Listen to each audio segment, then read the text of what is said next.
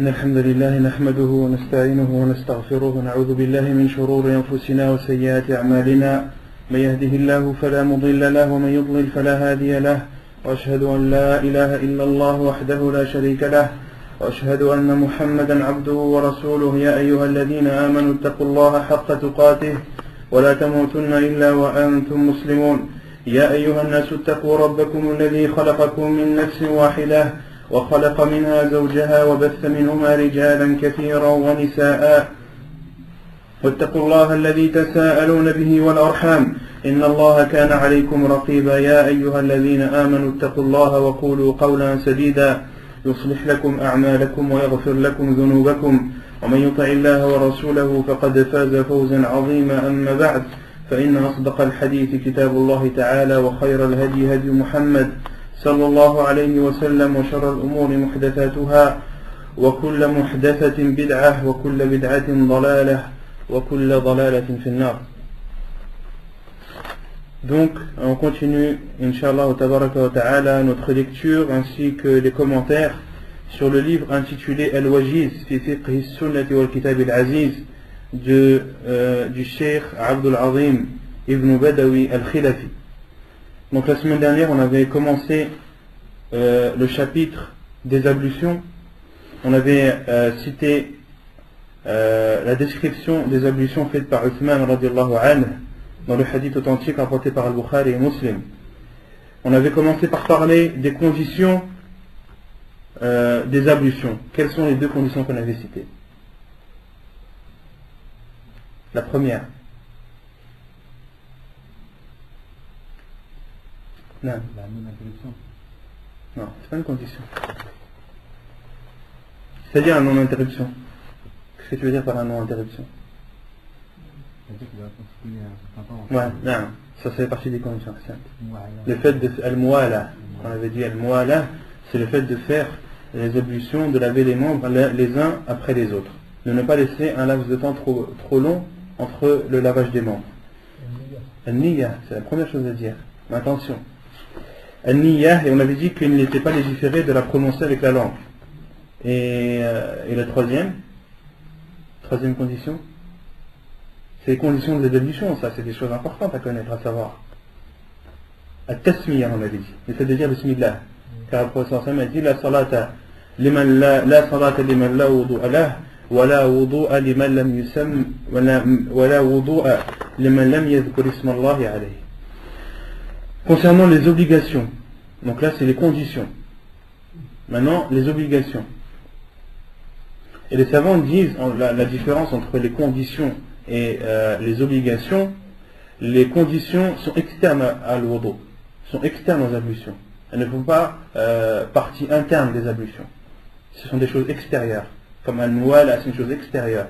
Comme al-tasmiya, le fait de dire bismillah, et l'intention aussi, ce sont des choses qui sont extérieures à l'wudu. Ce n'est pas propre à la façon de faire les ablutions. Et lorsque les savants disent les obligations des ablutions, c'est-à-dire celui qui délaisse une de ces obligations, ces ablutions ne sont pas comptées, ne sont pas acceptées. Et si les ablutions ne sont pas acceptées, qu'est-ce qui en découle derrière? Que la prière également est annulée. Donc les conditions, ou plutôt les obligations des ablutions, quelles sont-elles? La première, de laver le visage. Et parmi le visage, il y a le nez et la bouche, de faire al-istinshaq et al-madmada. Et quelle est la preuve que al-madmada et al-istinshaq font partie des obligations? On avait cité les preuves. Ouais, parce que le prophète sallam ne les a jamais délaissés. Dans ses ablutions, le prophète sallam ne les a jamais délaissés. Il y a d'autres hadiths où le prophète sallam dit lorsque tu fais le wudu, fais la madmada, lave ta bouche. Et d'autres hadiths où le prophète sallam dit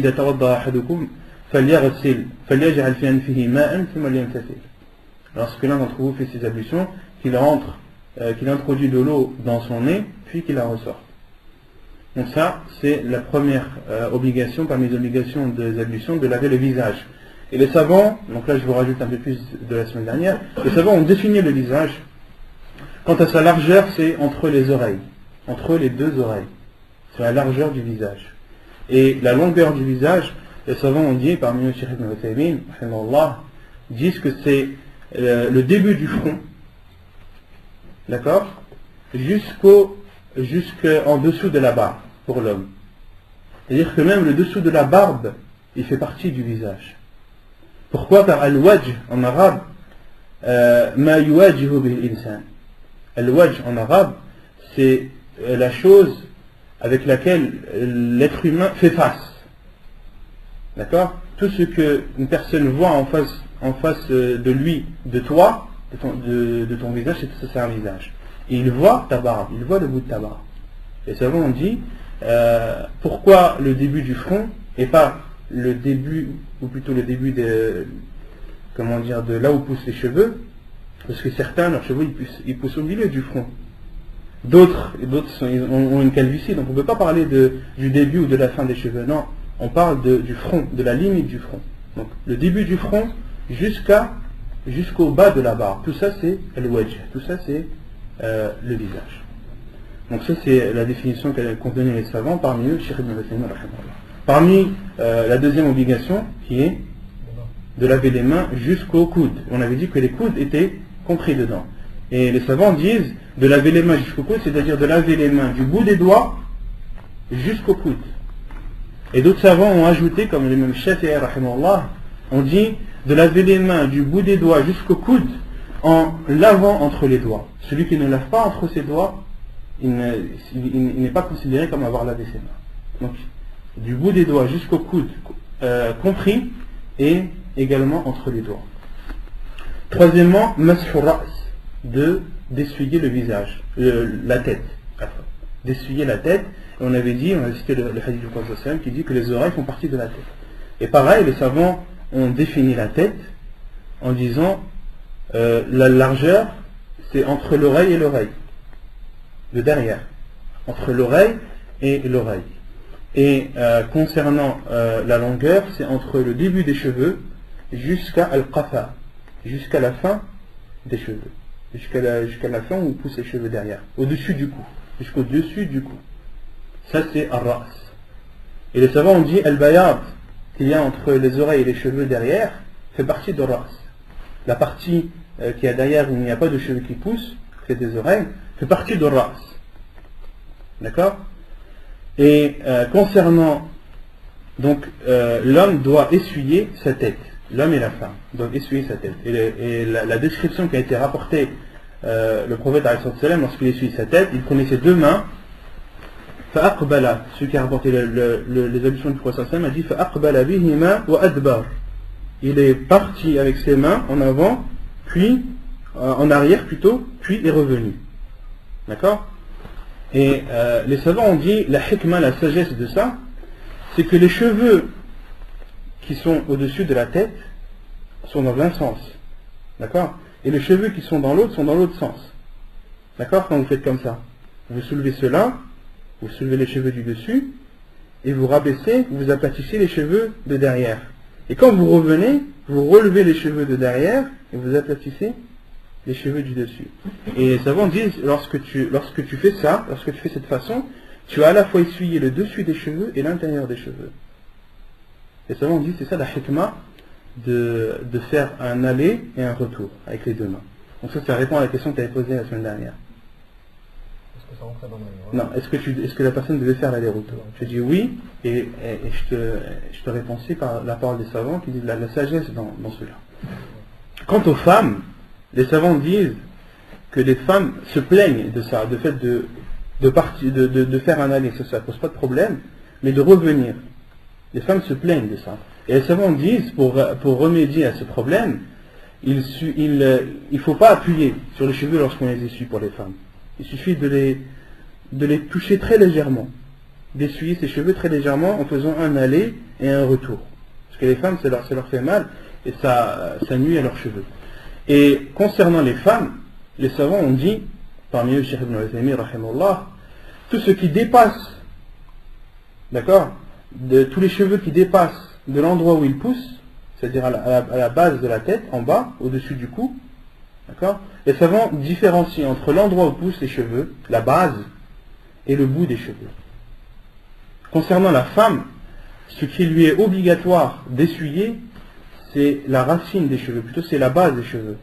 D'accord? Tout ce qui dépasse, une femme qui a des cheveux jusqu'aux épaules, qu'est-ce qu'elle fait? Est-ce qu'elle doit essuyer ses cheveux jusqu'aux épaules? Ou est-ce qu'elle se contente uniquement d'essuyer sa tête jusqu'à l'endroit à peu près où ses cheveux poussent? Vous avez compris ou pas? Les savants disent que la femme n'est pas obligée d'essuyer ses cheveux jusqu'au bout. Ses cheveux vont jusqu'au mi-dos, aux épaules, elle n'est pas obligée de les essuyer jusqu'au bout des cheveux.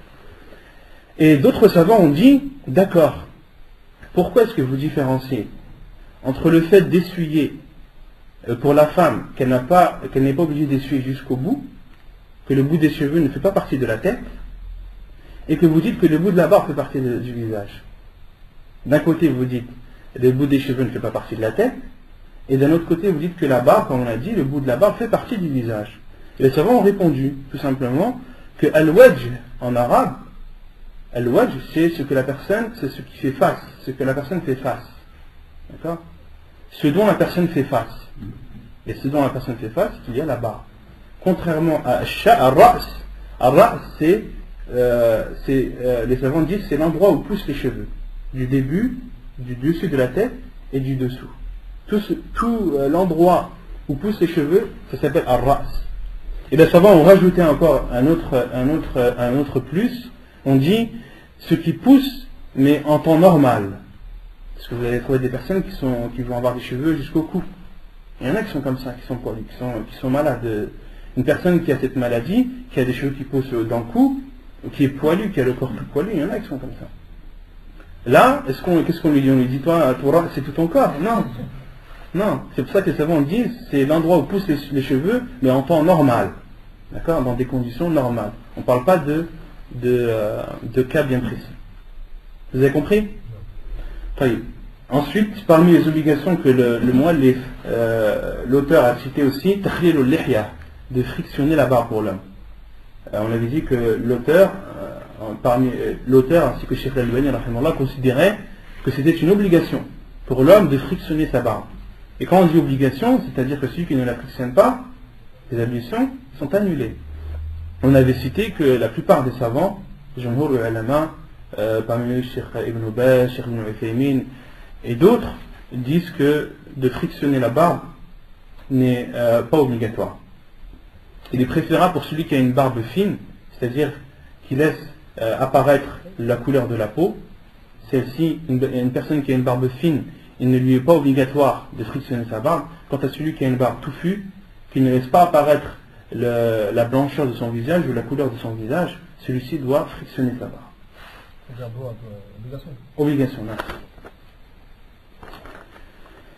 Parmi aussi les obligations qu'a cité l'auteur du livre, tahlilul asabi', d'essuyer, de laver entre les doigts, que ce soit les doigts de la main ou les orteils. D'autres savants ont dit non, ce n'est pas obligatoire, c'est seulement préférable.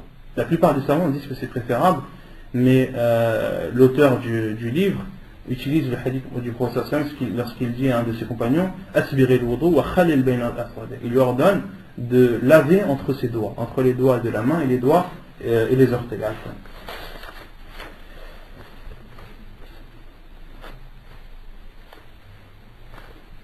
Concernant donc ça c'était les obligations des ablutions. Concernant la question que tu avais posée la semaine dernière. Attends, on va pas parler des jambes. Ah ouais, on reste sur le gilet. Le lavage des pieds aussi fait partie. Si vous voyez une erreur, il ne faut pas hésiter à le dire. De laver les pieds aussi fait partie des obligations des ablutions, de laver les pieds jusqu'aux chevilles. De laver les pieds jusqu'aux chevilles, les chevilles inclus. D'accord?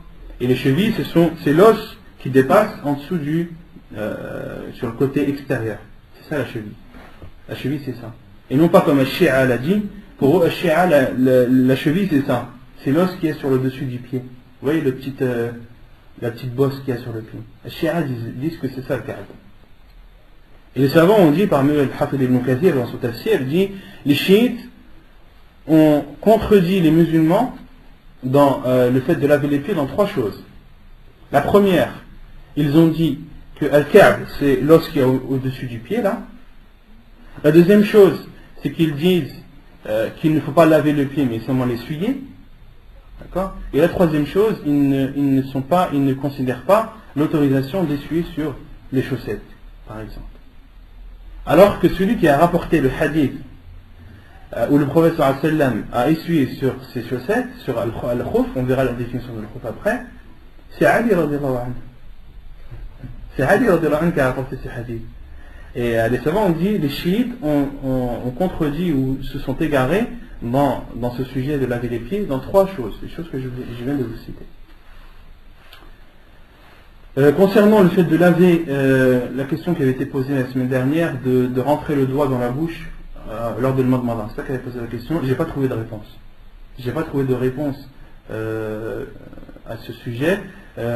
Pourquoi? Parce que les savants n'en parlent pas tout simplement. Les savants ne parlent même pas de ce sujet. Pourquoi? Parce que ce qui est connu de l'madmada, c'est de rentrer l'eau dans la bouche, de la faire bouger à l'intérieur et de la faire ressortir. C'est ça le madmada. Dans aucun hadith, il n'a été cité que le prophète alayhi salam entrait son doigt dans la bouche. Et une question à laquelle a répondu Cheikh Ibn Uthaymin concernant le fait de faire l'estinshaq en rentrant son doigt dans le nez. Là, il a dit non. De rentrer le doigt dans le nez pour le laver pendant les ablutions, Cheikh Ibn Uthaymin dit non. Et on peut comprendre aussi de l'madmada qu'il n'est pas légiféré, ça ne fait pas partie de la sunna de rentrer son doigt pour laver sa bouche. Concernant aussi al-mash, on avait parlé d'essuyer sur al-imama.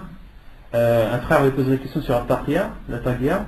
Les savants disent que ce n'est pas autorisé d'essuyer sur la taqiya. Pourquoi? Car ce n'est pas une chose qui est difficile à enlever, contrairement au turban. Al-imama, c'est une chose, le turban est une chose difficile à enlever. Et le prophète sallallahu alayhi wa sallam nous a autorisé d'essuyer dessus. Pourquoi? Car il est difficile de l'enlever. C'est une gêne d'enlever le turban, contrairement à l'imama et aussi contrairement à taqiya ou à shashia qui est connu, ou bien à shamar, parce que le voile que mettent les Saoudiens entre autres, ou les gens du Golfe, cela aussi n'est pas autorisé d'essuyer par-dessus.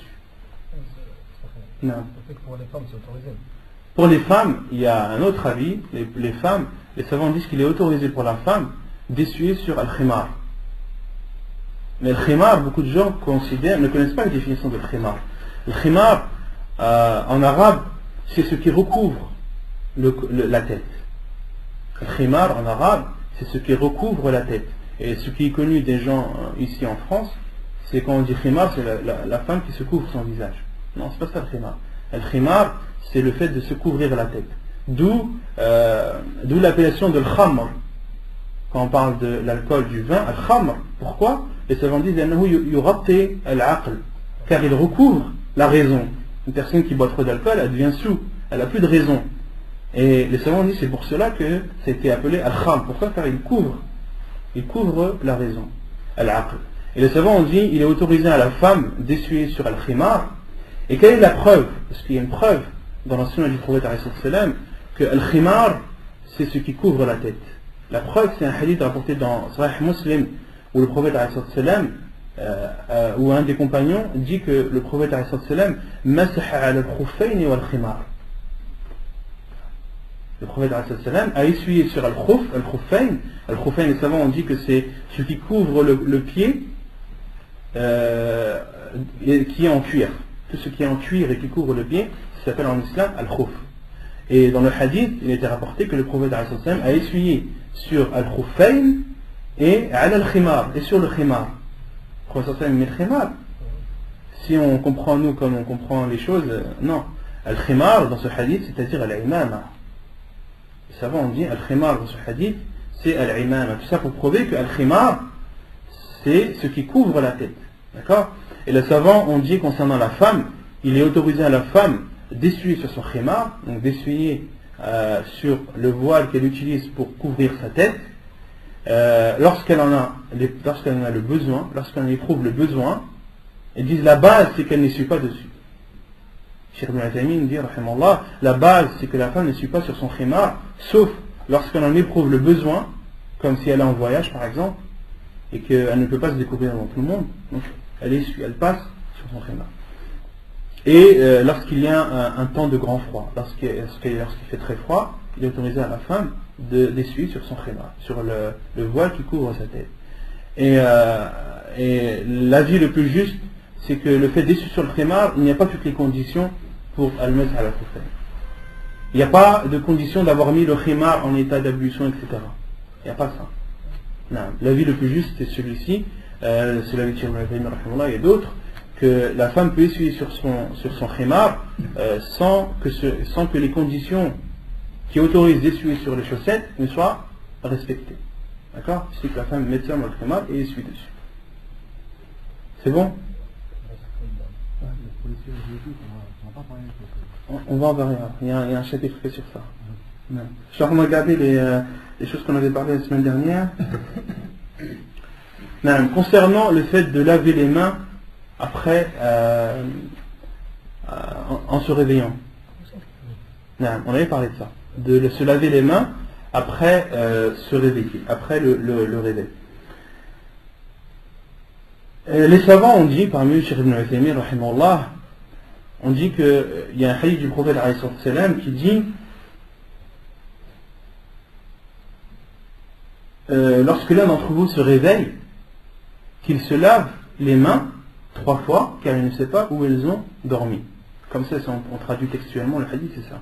Lorsque l'un d'entre vous se réveille, qu'il lave ses mains 3 fois, car il ne sait pas où elles ont dormi. Et Cheikh Ibn Uthaymin, rahimahullah, a une explication très pointilleuse, et il l'a prise de Cheikh Ibn Uthaymin, rahimahullah, et c'est une chose que j'ai appris entre temps, je ne savais pas la semaine dernière.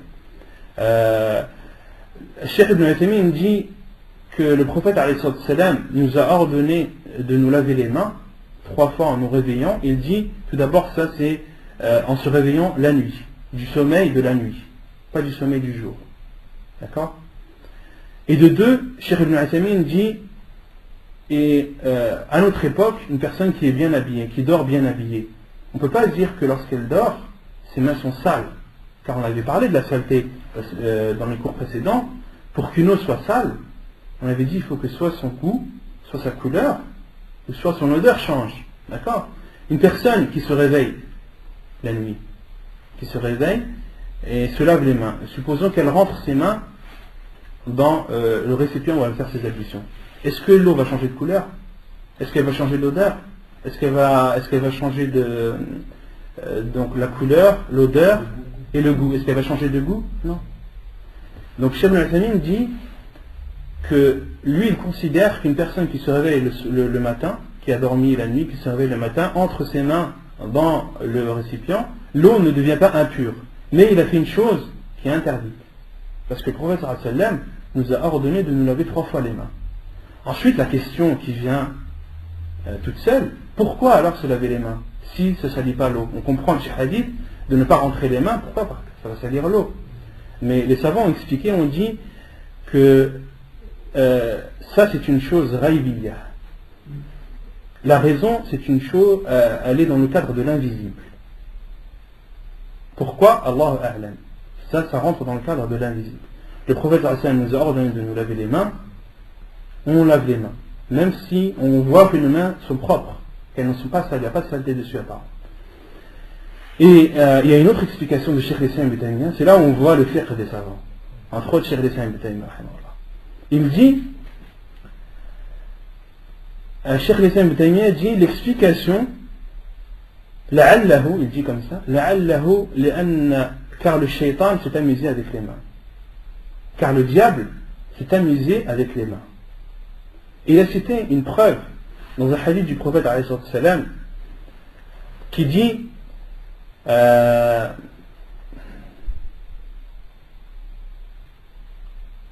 نعم إذا استيقظ أحدكم من منامه فليستنفر 3 فإن الشيطان يبيت على خيشومه.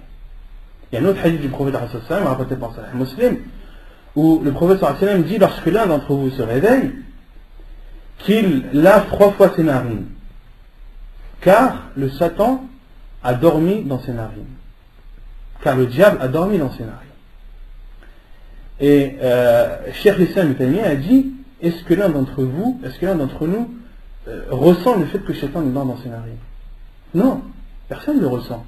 D'accord? Mais le prophète nous a ordonné lorsqu'on se réveille de laver 3 fois les narines, de faire 3 fois l'istinshaq et l'istinthar. malgré que on n'a pas senti que le diable a dormi dans nos narines. Il en est de même pour le fait de laver les mains en se réveillant. On se lave les mains parce que le prophète nous l'a dit, et nous a dit فإنه لا يدري أين باتت يده. Il ne sait pas où ses mains ont dormi. Et il dit pourquoi? Car le shaitan s'est amusé avec les mains. Et si le prophète nous a ordonné de nous laver les mains, c'est qu'il y a une raison.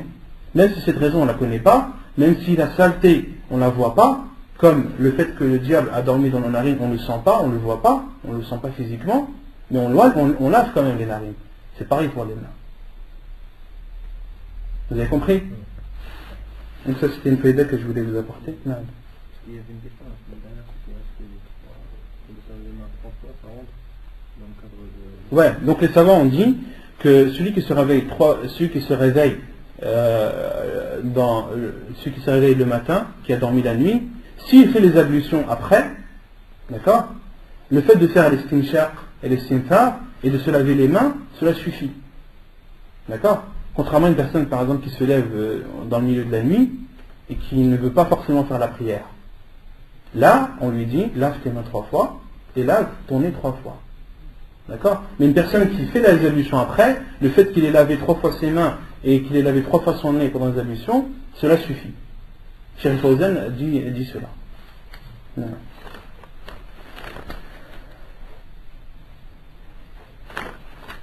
Donc là, le cours quasiment il va être sur la récapitulatif. On avait posé une question sur le fait que quand tu sors de toilette, quand tu sors de toilette, tu laves normalement 3 fois avant de rentrer dans la récipiente. Pardon. Ceux qui sortent des toilettes.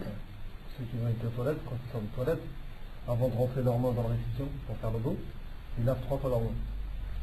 Allah, ils ont un délai sur ça. Donc là c'était les obligations des ablutions. Concernant les choses, les sunan, les choses préférables, on avait parlé de siwak. On avait parlé de laver 3 fois les mains au début de l'ourdo. Donc laver 3 fois les mains au début de l'ourdo, ce n'est pas une obligation, mais c'est une sunna. D'accord? C'est de laver les mains jusqu'au coude, du bout des doigts jusqu'au coude, qui est une obligation. Troisièmement, le fait de faire le madmada, l'istinshaq et l'istinthar avec une seule poignée. De laver la bouche et le nez avec une seule poignée 3 fois de suite. D'accord? On avait dit qu'il n'y avait aucun hadith dans la sunna du prophète sallam qui stipulait le fait de laver la bouche avec une poignée, puis reprendre une autre poignée et laver le nez. Non. La sunna, c'est avec une seule poignée de laver à la fois la bouche et le nez. On avait cité la parole de Cheikh Al-Thani qui dit que celui qui éprouve des difficultés à faire cela, il lui est autorisé de faire une poignée pour la bouche et une poignée pour le nez. Non. En fait, quand on voit l'eau de la poignée et l'eau de la bouche, le nez, ça se fait qu'un poignée. Peu importe. Peu importe, il n'y a pas d'ordre. Il n'y a pas d'ordre. Ensuite, quatrièmement, on avait dit que parmi les sunan, c'est d'accentuer dans l'estinshaq, sauf quand la personne est en état de jeûne. Donc l'accentuer lorsqu'on introduit l'eau dans les narines. On avait dit aussi, parmi les sunan, c'est de commencer par la droite et ensuite la gauche. De commencer par la main droite puis la main gauche, le bras droit puis le bras gauche, etc. Et là, j'avais fait une erreur la semaine dernière. Concernant le hadith de Aïcha lorsqu'elle dit le prophète aimait la droite dans toute chose lorsqu'il se chaussait, lorsqu'il se peignait, lorsqu'il se lavait et dans toutes ces circonstances. D'accord? Et je vous avais dit que dans toutes ces circonstances cela il ne fallait pas le prendre dans sa globalité. Je vous avais dit que dans toutes ces circonstances il ne fallait pas le prendre dans sa globalité parce qu'il y a des cas où le prophète commence par la gauche. D'accord? Et je vous avais dit que le prophète avait dit que lorsqu'on rentre dans l'endroit où on fait ses besoins, de commencer par le pied gauche. Et ça, c'est pas un hadith. C'est une erreur de ma part. Moi, ce que je voulais dire, c'était qu'il y a un hadith du prophète qui interdit de faire l'estinja avec la main droite. On avait vu ce hadith. Que le prophète a interdit de faire l'estinja, de laver ses parties intimes avec la main droite. Autrement dit, de laver avec la main gauche. Donc, cela prouve que le hadith de Aïcha qui dit, dans toutes ces circonstances, il ne faut pas le prendre dans sa globalité, parce qu'il y a des circonstances où le prophète utilise sa main gauche. D'accord? Quant au fait de rentrer aux toilettes en commençant par le pied gauche, il n'y a pas de hadith à ce sujet. D'accord? Les savants ont dit, le prophète commençait par la droite pour faire les bonnes choses, et commencer par la gauche pour les choses qui sont répugnantes ou désagréables. Et on avait parlé aussi de ad-dalk, le fait de passer la main, de frotter le membre que l'on lave dans les ablutions. On avait dit que ad-dalk c'était une sunna, de frotter c'était une sunna. Ce qui était obligatoire, c'est que l'eau recouvre le membre.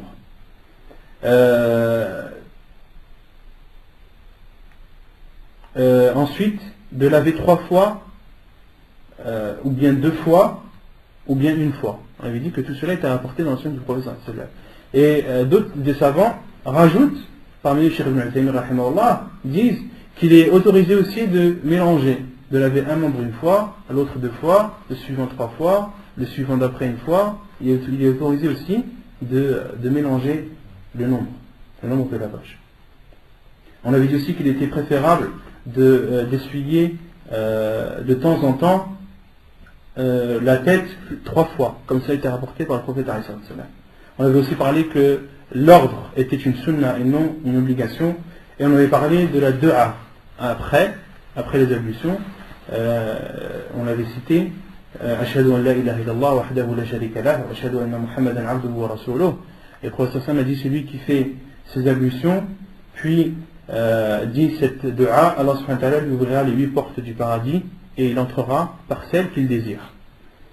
Et on avait cité aussi qu'il n'y avait aucune invocation authentique à dire pendant les ablutions. D'accord? C'est une règle, il faut la considérer comme une règle. Tout hadith, ou plutôt toute invocation que l'on vous rapporte à dire pendant les ablutions, sachez que le hadith il est faible ou qu'il est mensonger. Ouais. Ouais. Si je prends mon pied dans une basse d'eau, ça veut dire que mon pied a été... Voilà. À partir du moment où le membre est recouvert d'eau, c'est bon. Dans une rivière, est-ce que je vais être... Non, tu rentres ton bras, c'est bon, il est lavé. D'accord? Mais le mieux, la sunna, le plus complet, c'est de passer. Et la preuve, c'est que les savants disent, par exemple, pour Rous le Janaba, d'accord, le fait de faire le grand Rous, qu'on va citer après, de faire le grand lavage, les savants disent, si tu as l'intention de faire le grand lavage, tu plonges dans la mer, tu en ressors, tu fais l'istinshaq et le madmada, parce que dans la condition du grand lavage, c'est que l'eau atteigne toutes les parties de ton corps, même la bouche et le nez. D'accord? Donc une personne qui est en état de grande impureté, qui a l'intention de faire le grand lavage, plonge dans l'eau entièrement, ensuite fait al madmada et al istinshaq, c'est bon, il est pur. Il peut faire sa prière. Non, c'est pas frotter, il plonge, il ressort. Sur une il dit il plonge, il ressort, ça y est, il fait sa prière. Non.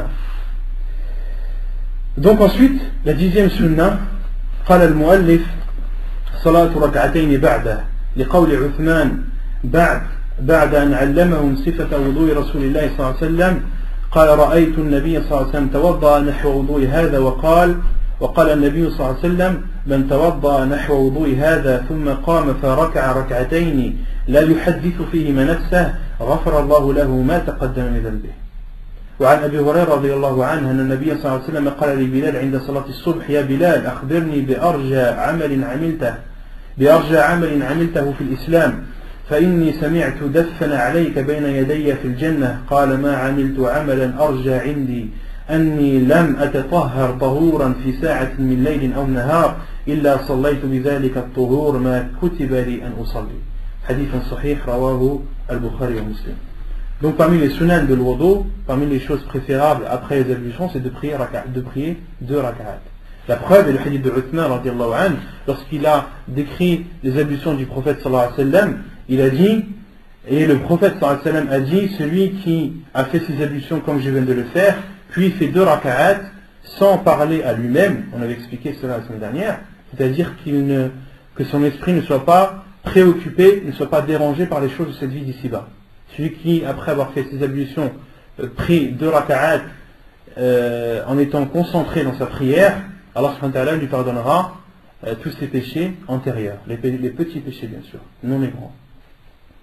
Et la preuve aussi, le hadith d'Abu Hurairah radiallahu anhu qui dit que le prophète a dit à Bilal lors de Salat al-Subh, il lui a dit: oh Bilal, informe-moi de l'acte que tu fais auquel tu espères le plus de récompense en islam. Car j'ai entendu le bruit de tes chaussures au paradis.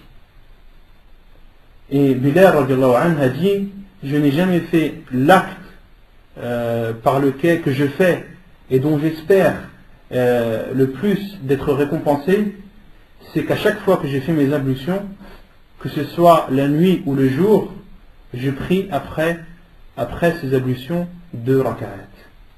Je prie ce qu'Allah m'a autorisé à prier. Et les savants ont cité beaucoup de choses à retenir de ce hadith. Parmi ces choses, c'est que Bilal radiallahu anhu fait partie des gens du paradis. Ça, c'est une preuve que Bilal radiallahu anhu fait partie des gens du paradis. Et ceux qui sont au paradis, qui ont été informés qu'ils faisaient partie des gens du paradis, il n'y a pas seulement les 10 qui ont été cités dans le hadith du prophète sallallahu alayhi wa sallam. Lorsqu'il cite les 10, il dit Abu Bakr fil Jannah, Omar fil Jannah, Othman fil Jannah, Ali fil Jannah. Et il cite les 10. Il n'y a pas que ces 10 là, il y en a d'autres. Parmi eux, Bilal radiallahu anhu. La preuve est ce hadith du prophète sallallahu alayhi wa sallam.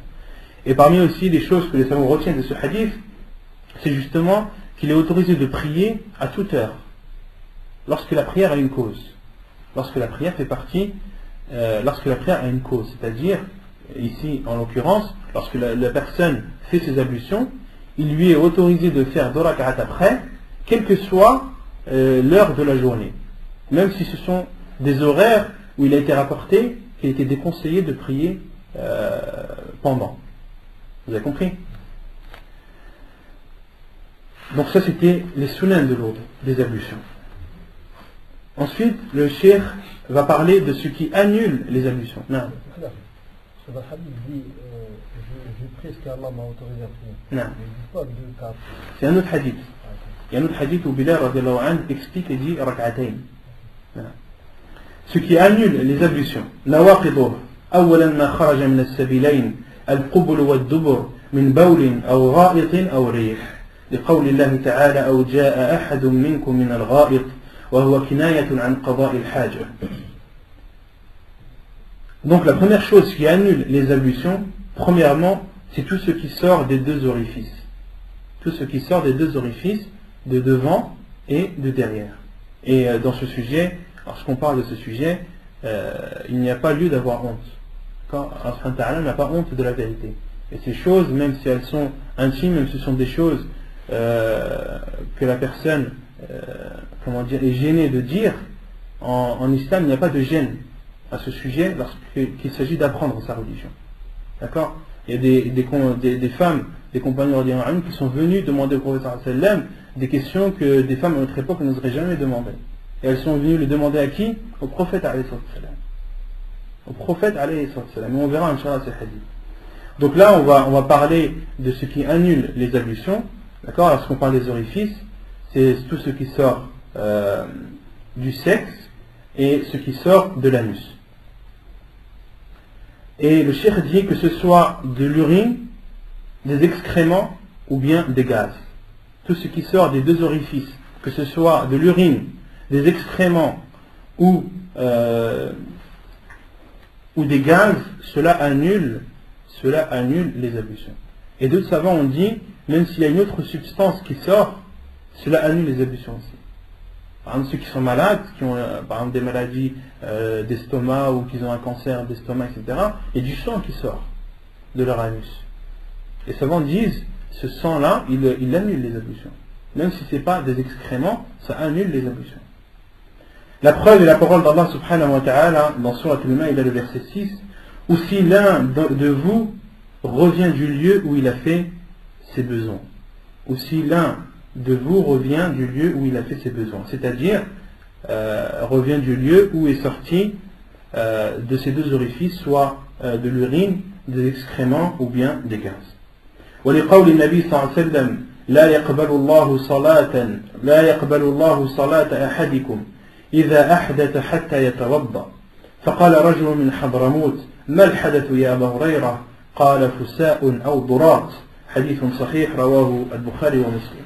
La preuve dans la sunna est le hadith du prophète alayhi salam rapporté par Abu Hurairah radiyallahu anhu, où le prophète alayhi salam dit Allah n'accepte pas la prière de l'un d'entre vous lorsqu'il إذا أحدث,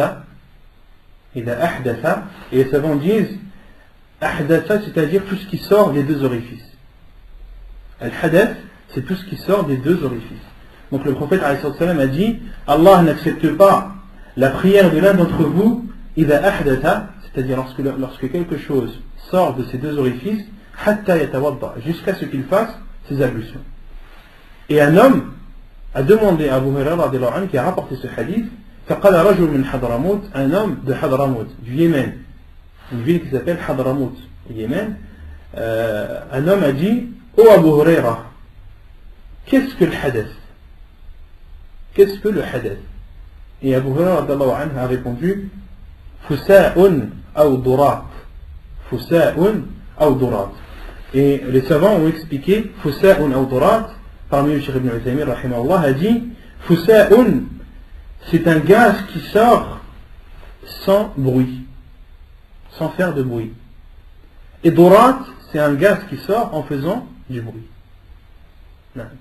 Et Abu Hurairah, les savants ont dit qu'Abu Hurairah a donné cette réponse à titre d'exemple uniquement.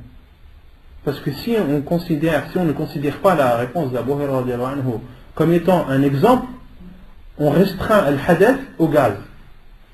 D'accord? On a dit al-hadath, c'est tout ce qui sort des deux orifices, que ce soit de l'urine, des excréments ou du gaz. D'accord? Ça, c'est ce que les savants ont dit.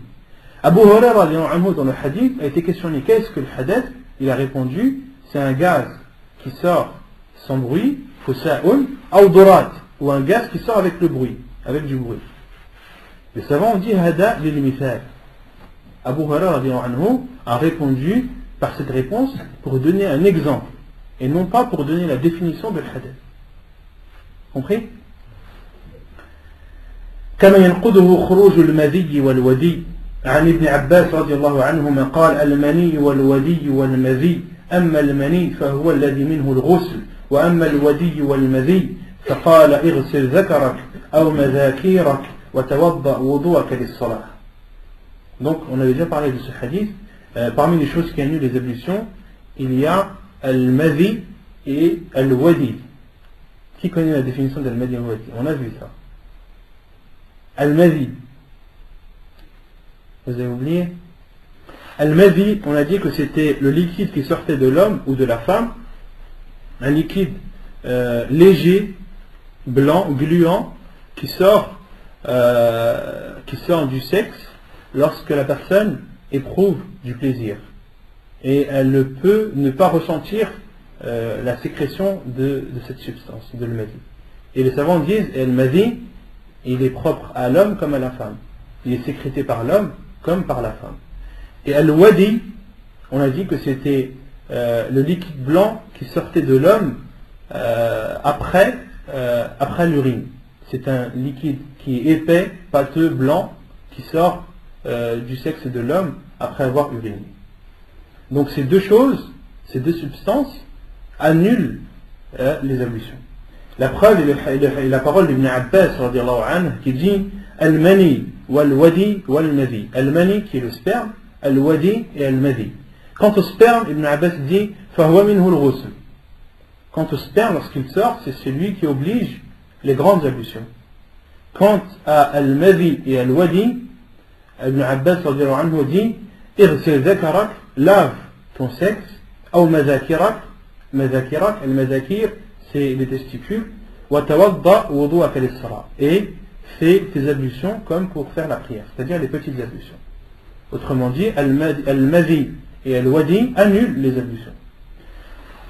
La deuxième chose, ثانيا النوم المستغرق الذي لا يبقى معه إدراك سواء كان ممكنا مقعدته من الأرض أم لا، لحديث صفوان بن عسال قال: كان رسول الله صلى الله عليه وسلم يأمرنا إذا كنا سفرا أن لا ننزع خفافنا 3 أيام ولياليهن إلا من جنابة لكن من غائط وبول ونوم، فسوى النبي صلى الله عليه وسلم بين النوم والبول والغائط. حديث حسن رواه النسائي والترمذي. La deuxième chose qui annule les ablutions, c'est le sommeil profond qui ne laisse aucune comment dire, la yabqa ma'ahu idrak, qui rend la personne inconsciente. D'accord? Et les savants ont expliqué, ont donné la définition de an-nawm, du sommeil, et on donne la différence entre an-nawm et an-nu'as. An-nawm et an-nu'as. Et ils ont dit, donc an-nawm c'est le sommeil, et an-nu'as c'est la somnolence. D'accord? Ce qui oblige les ablutions, c'est le sommeil et non la somnolence. Le sommeil, les savants disent, c'est lorsqu'une personne dort, elle n'entend pas et elle ne comprend pas. Elle n'entend pas ce qu'il y a autour d'elle et elle ne comprend pas. D'accord? Et un nu'as, c'est celui qui entend mais ne comprend pas. Celui qui somnole, c'est celui qui entend, qui est dans un état de fatigue où il entend des voix, il entend des voix autour de lui, mais il ne comprend pas. Pour lui, c'est incompréhensible. Ça, c'est un nu'as. Et un homme, c'est celui qui lui parle, il t'entend même pas, et il comprend pas, il comprend rien du tout ce que tu lui racontes. Il n'entend pas ce que tu dis. Celui qui dort à tel point qu'il n'entend pas et qu'il ne comprend pas, qu'il perd connaissance, il doit faire ses ablutions. Cela annule ses ablutions. Quant à un nu'as, cela n'annule pas les ablutions. Et quelle est la preuve? Il y a une preuve dans la sunna du prophète où dans le hadith, on voit que le prophète a séparé un nu'as et un nawm, comme la somnolence et le sommeil. La preuve est le hadith où le prophète a dit إِذَا نَعَسَ أَحَدُكُمْ وَهُوَ يُصَلِّي فَلْيَرْقُدْ. Lorsque l'un d'entre vous somnole, lorsqu'il prie, qu'il dorme. Le prophète a dit إِذَا صَلَّى أَحَدُكُمْ إِذَا نَعَسَ أَحَدُكُمْ وَهُوَ يُصَلِّي فَلْيَرْقُدْ. Donc le prophète a séparé entre an-nu'as, entre la somnolence et le sommeil. Pourquoi? Il a dit celui qui somnole pendant sa prière, qu'il dorme. D'accord? Donc ça veut dire qu'il ne dormait pas. Si le prophète lui ordonne de dormir. حتى يذهب عنه النوم فإن أحدكم إذا صلى وهو ناعس لا يدري لعله يستغفر فيسب نفسه. Al-Bukhari. Hadith رواه البخاري. Et après le prophète dit qu'il dorme jusqu'à ce que le sommeil s'éloigne de lui, car l'un d'entre vous, lorsqu'il prie alors qu'il est en état de somnolence, il ne sait pas ce qu'il dit, il peut croire, le prophète dit, لعله لا يدري يستغفر فسب نفسه. Le prophète a dit, car il se peut qu'il considère qu'il fasse le istighfar, qu'il dise Allah subhanahu wa ta'ala pardonne-moi, alors qu'il s'insulte lui-même. Le prophète a dit ça, a dit, car l'un d'entre vous, lorsqu'il prie alors qu'il est en état de somnolence, il peut croire, d'accord, il peut croire qu'il dit astaghfirullah, alors qu'en vérité, lorsque tu écoutes ses paroles, il est en train de s'insulter lui-même, alors qu'il est en état de prière. D'accord? Donc ça c'est la preuve dans le sunnah du prophète entre un homme et un nu'as, entre le sommeil et la somnolence. Maintenant, quelle est la preuve que le sommeil annule les ablutions? La preuve est le hadith de Safwan ibn Assal, qui dit que le prophète nous ordonnait, lorsqu'on était en voyage, de garder nos khouf. Donc le khouf, on a dit que c'était ce qui couvrait le pied et qui était en cuir, de ne pas enlever nos khouf 3 jours. 3 jours et 3 nuits. 3 jours et 3 nuits, c'est-à-dire 72 heures. Sauf lorsque l'un d'entre nous est en état de janaba. Sauf lorsque l'un d'entre nous est en état de grande impureté. Celui qui est en état de grande impureté, il doit enlever ses chaussettes et ses khouf. D'accord?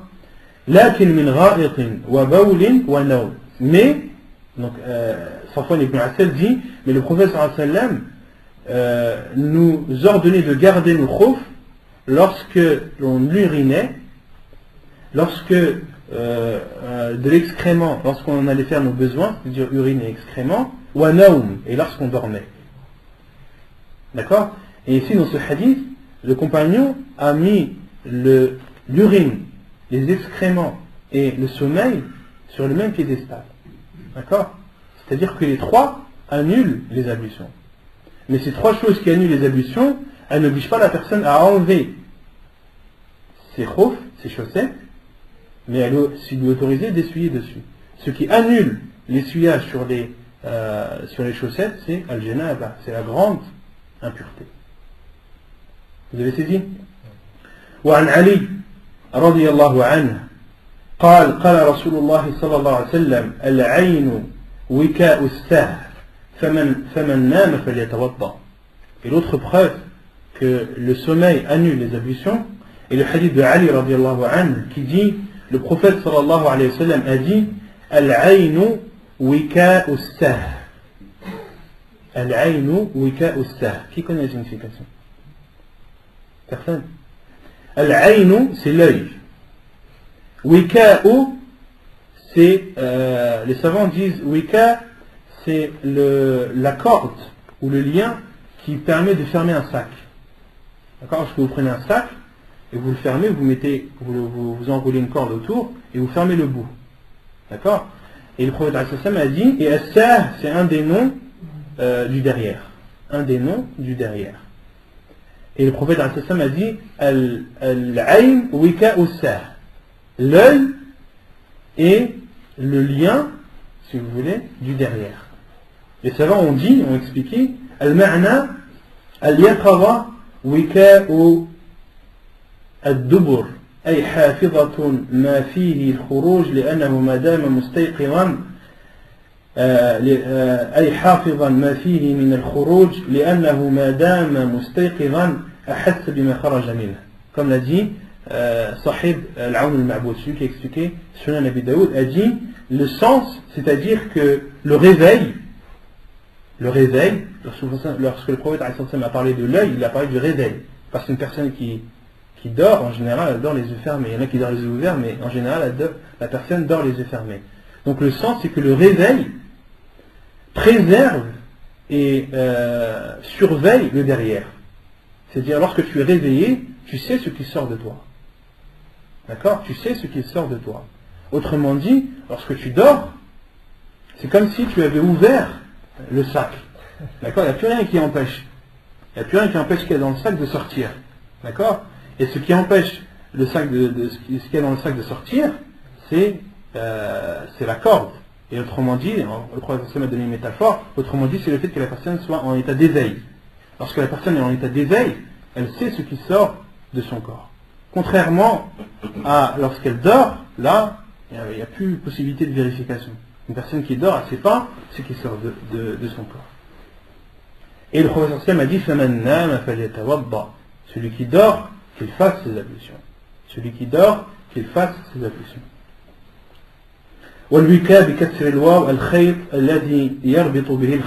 Donc ici le cheikh explique, al-wika bi kasri al-wa, c'est le fil ou la corde ou le lien qui permet de fermer un sac. Was-sah bi fath as-sin al-muhmalah wa kasr al-ha al-mukhaffafah ad-dubur. Donc as-sah dans le hadith c'est le derrière. والمعنى اليقظة وكاء الذبر أي حافظة ما فيه من الخروج لأنه ما دام مستيقظا أحس بما يخرج منه. Donc là c'est ce que je vous ai expliqué, c'est que l'état d'éveil préserve ce qui sort ou laisse la personne sentir, pressentir, ressentir ce qui sort de son corps. Donc ça c'était la deuxième chose qui annule les ablutions. ثالثا زوال العقل بسكر أو مرض لأن الذهول عند هذه الأسباب أبلغ من النوم. La troisième chose, la perte de connaissance. La perte de connaissance, que ce soit par enivrement ou bien par maladie. Une personne qui a perdu connaissance, qui a bu et est arrivée à un état d'enivrement où elle perd connaissance, d'accord? Que ce soit par enivrement, bisukrin ou maradin, ou par maladie, une personne qui est malade et qui perd connaissance. Car, le cheikh dit, لأن الذهول عن هذه الأسباب عند هذه الأسباب أبلغ من النوم. Car la négligence ou l'oubli dans ce genre de situation est plus grand que le sommeil. Une personne qui perd connaissance par enivrement ou par maladie, elle ne, son état est plus profond que l'état du sommeil. D'accord? Il est dans un état de perte de connaissance, il ne sait pas ce qu'il y a autour de lui, il ne sait pas ce qui sort de son corps, plus que celui qui dort. Celui qui dort, il est plus, on va dire, il est plus sur terre que celui qui perd connaissance, que celui qui est évanoui.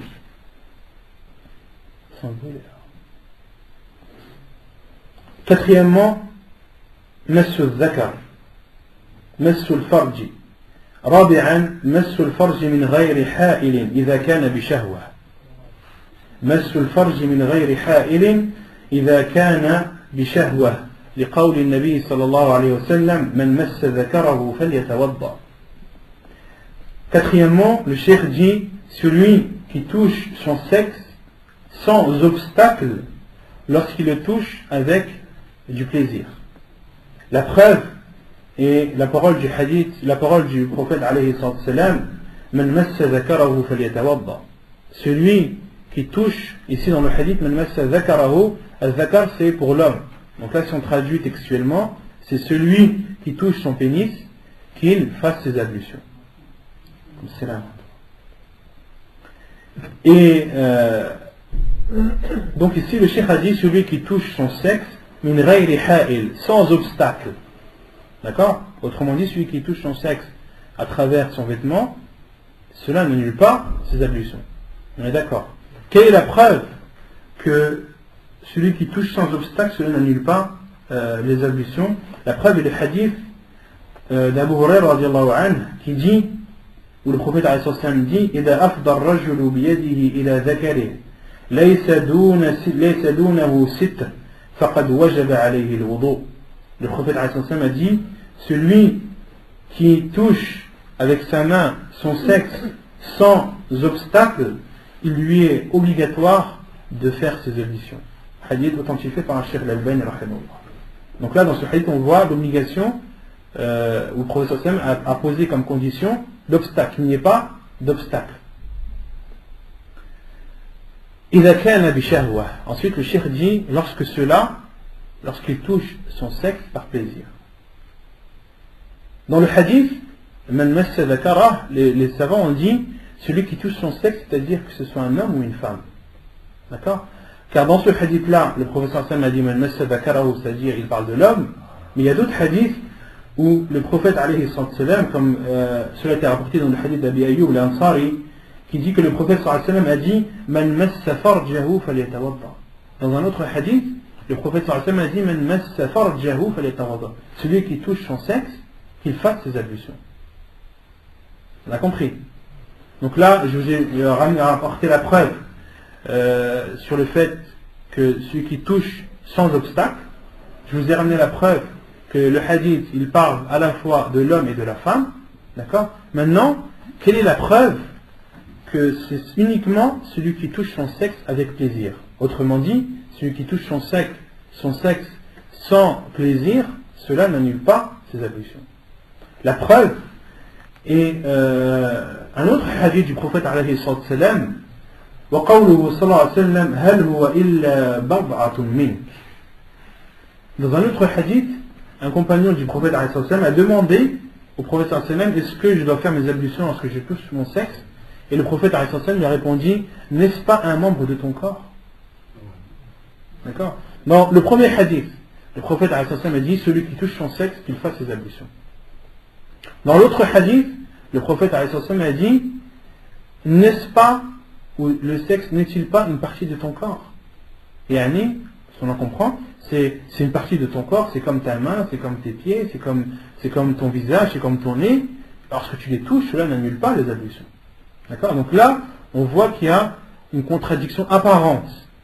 Parce que les savants disent qu'il n'y a jamais de contradiction entre les hadiths du prophète alayhi sallam. Il n'y a jamais de contradiction. Là, il y a une contradiction apparente. Mais les savants ont expliqué. Le Cheikh al-Albani dit فَهُوَ بِضْعَةٌ مِنْكَ إِنْ لَمْ يَقْتَرِنْ بِالْمَسِّ شَهْوَةً. Cheikh al-Albani explique ce hadith et dit c'est une partie de toi-même, c'est un membre de toi-même, à partir du moment où tu le touches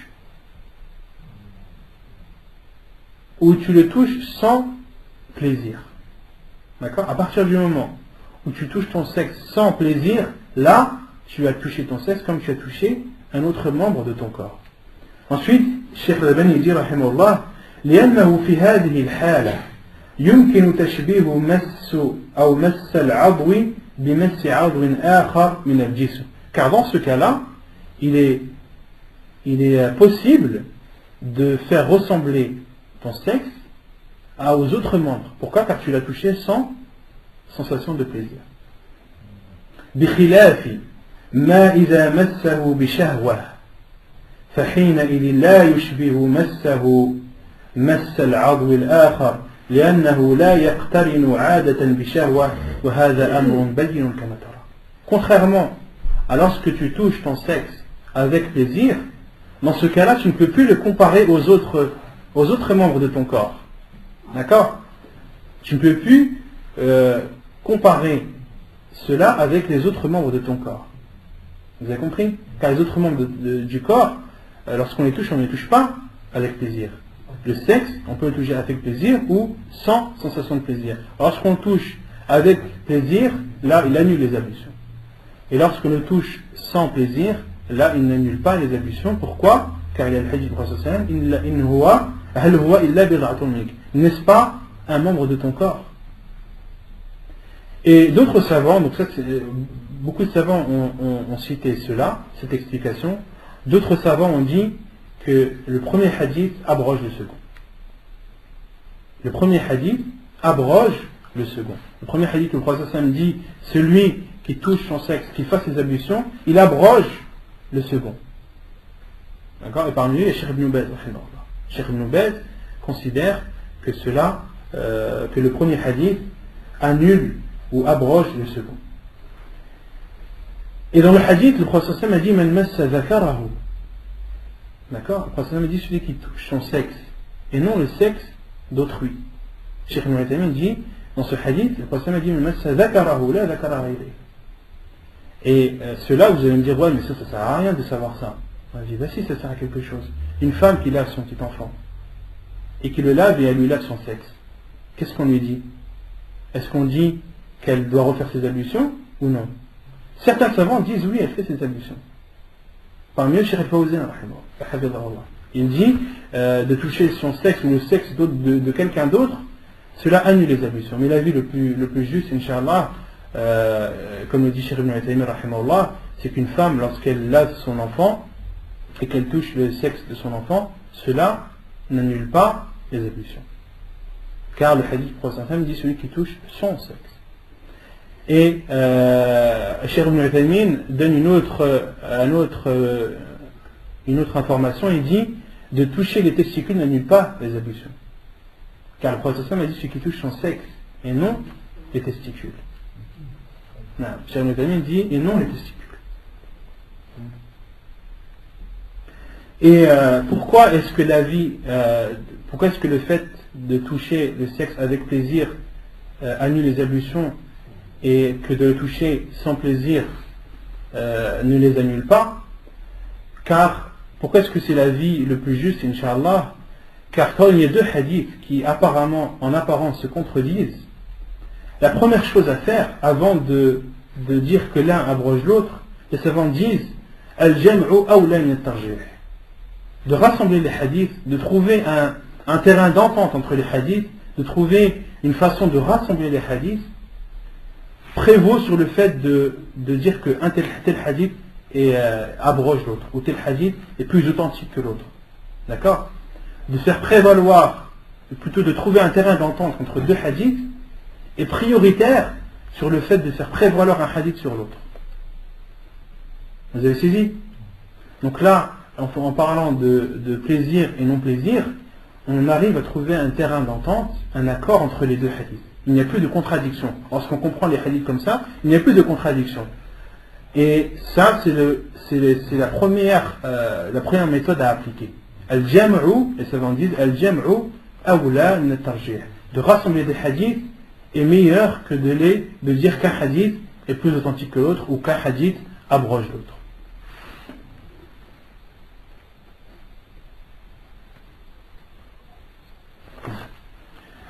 خامسا أكل لحم الإبل لحديث البراء بن عازب رضي الله عنه قال قال رسول الله صلى الله عليه وسلم توضأوا من لحوم الإبل ولا توضأوا من لحوم الغنم. الحديث صحيح رواه ابن ماجه والترمذي. وعن جابر بن سمرة رضي الله عنه أن رجلا سأل النبي صلى الله عليه وسلم أأتوضأ من لحوم الغنم؟ قال إن شئت توضأ وإن شئت لا تتوضأ. وقال أأتوضأ من لحوم الإبل؟ قال نعم توضأ من لحوم الإبل. حديث صحيح رواه مسلم. La cinquième chose qui annule les ablutions, c'est la consommation de la viande de chameau, de manger de la viande de chameau. La preuve est le hadith de Al-Bara ibn Azib radiyallahu anhu qui dit, le prophète sallallahu alayhi wa sallam a dit, faites vos ablutions lorsque vous mangez de la viande de chameau et ne les faites pas lorsque vous mangez la viande de l'ghanam. Al-ghanam, ce sont les vaches, les moutons, les chèvres, etc. C'est ça le ghanam. Donc le hadith authentique apporté par Ibn Majah et Tirmidhi. Donc dans ce hadith, le prophète sallallahu alayhi wa sallam nous ordonne, faites vos ablutions après avoir mangé de la viande de chameau et ne les faites pas après avoir consommé la viande de vache, de chèvre, de brebis, etc. وعن جابر بن سمرة, et l'autre preuve est le hadith de Jabir ibn Samura, qu'un homme est venu demander au prophète alayhi salam, il lui a dit, est-ce que je dois faire mes ablutions après avoir mangé la viande de l'ghanam, c'est-à-dire de vache, de mouton, de chèvre, etc. Le prophète alayhi salam lui a dit, in shi'ta tawadda wa in shi'ta la tatawadda. Si tu veux, fais tes ablutions, et si tu veux, ne les fais pas. Le prophète sallam lui a donné le choix. L'homme lui a demandé, dois-je faire mes ablutions après avoir consommé la viande de chameau? Le prophète sallam lui a dit, na'am, oui, fais tes ablutions après avoir consommé la viande de chameau. Le hadith est clair. Et à ce sujet, certaines personnes disent que la viande de chameau n'annule pas les ablutions. Et ils ont pour preuve une histoire qu'ils disent. Ils disent pourquoi? Parce que ce hadith où le prophète sallam a dit faites vos ablutions après avoir consommé la viande de chameau, ce hadith a une cause. La cause est que le prophète sallam, donc c'est ce qu'ils disent, mangeait avec ses compagnons, d'accord? Et ensuite, un de ses compagnons a lâché un gaz, alors qu'ils étaient en train de manger, d'accord?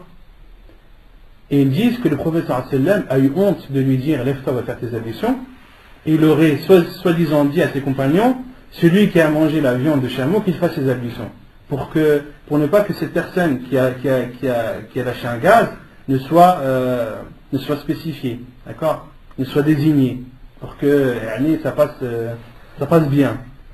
Et les savants ont dit les savants ont dit que cette histoire elle est fausse, elle n'a aucune origine dans la sunna du prophète sallam. Et le prophète sallam n'aurait pas honte de dire à son compagnon qum wa tawadda. Le prophète sallam dans ces choses-là il n'a pas honte, au contraire il enseigne sa religion, il enseigne l'islam, et quand on enseigne l'islam on se doit d'ordonner le bien et d'interdire le mal. Le prophète sallam était sur le minbar, une personne rentre pendant la khutbah, s'assoit sans faire de raka'at. Qu'est-ce que le prophète sallam lui a dit? Hal sallayt? Il lui a dit non, qum fa salli. Devant tout le monde, le prophète sallam fait sa khutbah, devant tout le monde, la personne vient s'asseoir. Le prophète sallam lui a dit est-ce que tu as prié? Il lui a dit non. Le prophète sallam lui a dit qum fa salli raka'atayn. Il lui a dit lève-toi et prie de raka'at. Ou devant tout le monde, khutbah de Jumu'ah. Si on fait ça à quelqu'un, à la fin, il va les régler comptes à l'imam à la fin de la prière. Non, le prophète sallam, en aucun cas cette histoire elle est vraie.